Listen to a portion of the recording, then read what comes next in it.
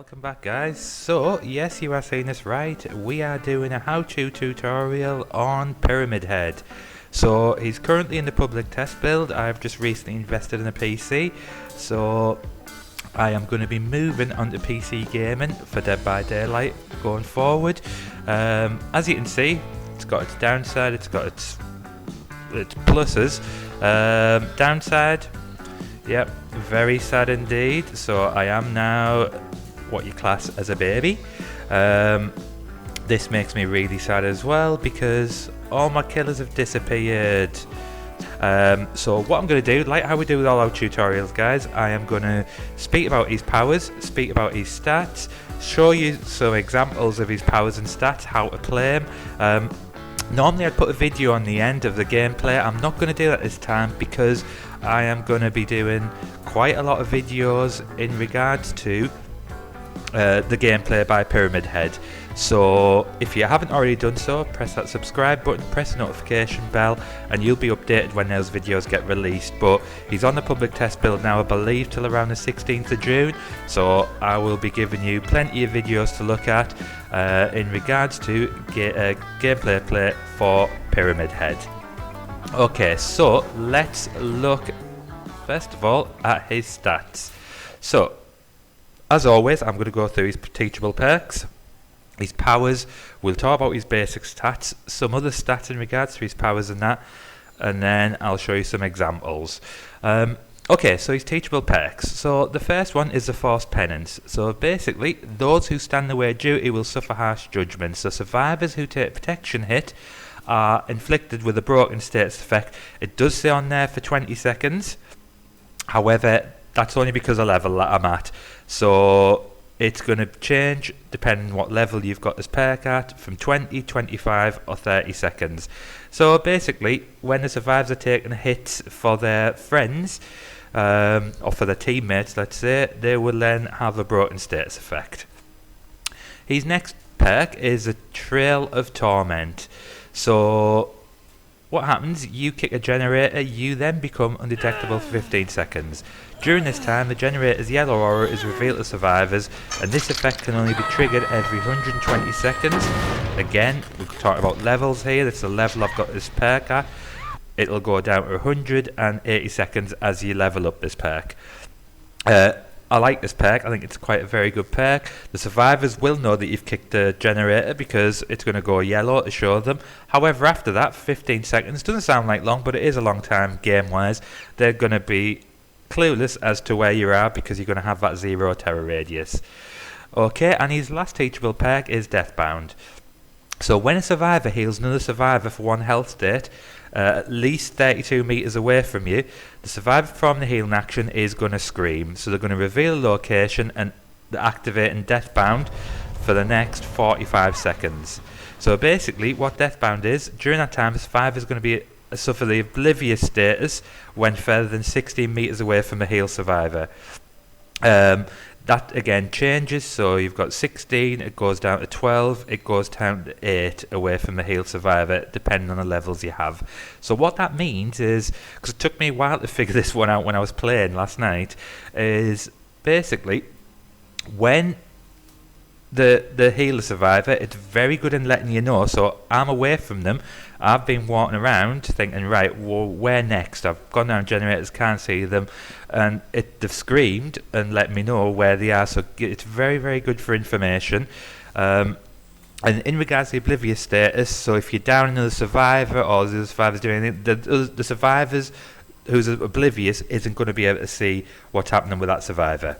So again, because I'm on the PTB and because, like you see, I'm just new onto the PC gaming, not new to the game, but in regards to PC, new to that, I'm having to use just his own perks on that. I haven't unlocked any perks. I've lost all the meta perks like your barbecues and chilies and all that. You know, I've lost all them now, so I'm having to really play with just their powers. So his perks aren't too bad. The one I like in particular is the Trail of Torment. And this one has come in handy as well. It does, I mean, obviously you have to be quite a bit away from them, but generally, if a survivor's been rescued, you can hang fire if you're away from the hook, at least over 32 meters away, and that'll give you information when they're healing. So it gives you information to let you know, actually, there's a survivor over here, and there's another survivor healing them, or her. Alright, so let's have a look at his powers. So he's got quite a few powers. So the first one is a Right of Judgement. So basically you hold down the power button to activate, you then move in a direction. Basically Pyramid Head is putting his knife into the ground and carving a trail into the ground. If a survivor walks on that trail, it's going to trigger the killer instinct, so it's going to tell you that someone's walked over it, so it's going to show you like the heartbeat, a bit like Ghostface with his when he gets uncloaked. Not uncloaked, but you know what I mean. Survivors who walk or run on there are going to have the ability, well, they're not going to have the ability, you're going to have the ability to then send them to the Cage of Atonement once they're in a dying state. So they walk over it, you're going to see where they are, you go find them, you get them down, and you will then be able to send them to the Cage of Atonement. I will speak about the Cage of Atonement in a bit. Special attack, again another one on there, the Punishment of the Damned. So basically this is a lunge attack. So when you're doing the Rites of Judgement, so you put your sword into the floor, a big knife, whatever you want to call it, and you press the button, it's going to do a ranged attack on any survivor that's in the way. Now that ranged attack, I know some people have questioned the range, it is 8 meters. All the information I'm giving you today, guys, is based on the public test build, so is a test. So if the developers change anything like that, it might change before it goes live, so I'm giving you information as of now. Okay, his next ability is the Cage of Atonement. So you press the ability button while you're standing over the dying survivor. They have to have been suffering from the torment, so they must have walked on the trail for you to be able to do that for them. So survivors are then sent into a cage. It's just exactly the same as hooking them, except you do lose a bit of control. So again, it's got its positives and negatives, and it's different. You might find ways that you don't have to use it and ways that you will.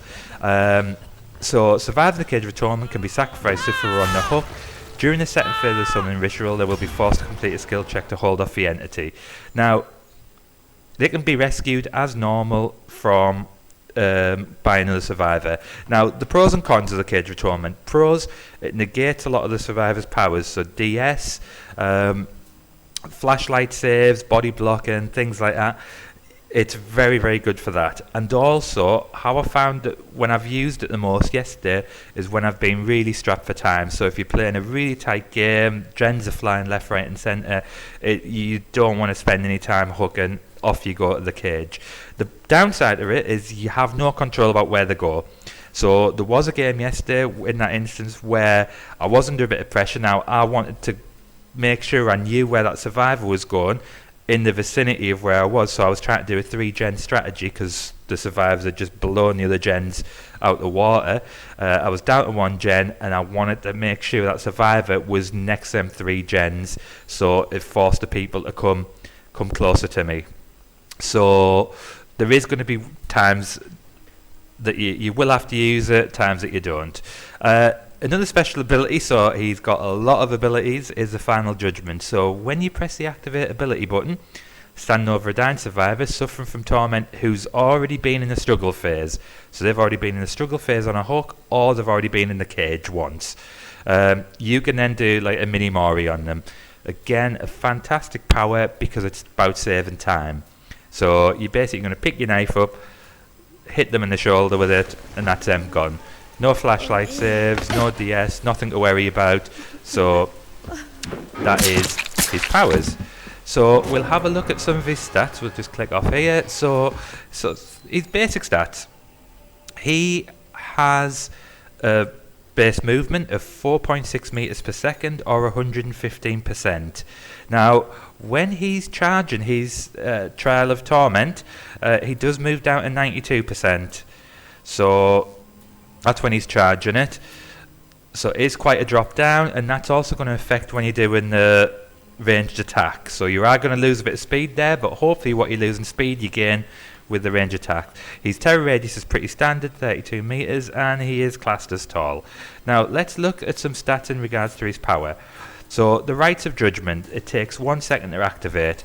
It lasts for 5 seconds, and it does have a recharge, but the recharge is pretty quick. If I was to hazard a guess, I think some of these things might get changed before. So he's maybe he gets a nerf. We don't know. I know people have spoke about it. I hope he doesn't, but that could be possible. If you cancel the Rite of Judgment, that's got a cooldown of 0.5 seconds.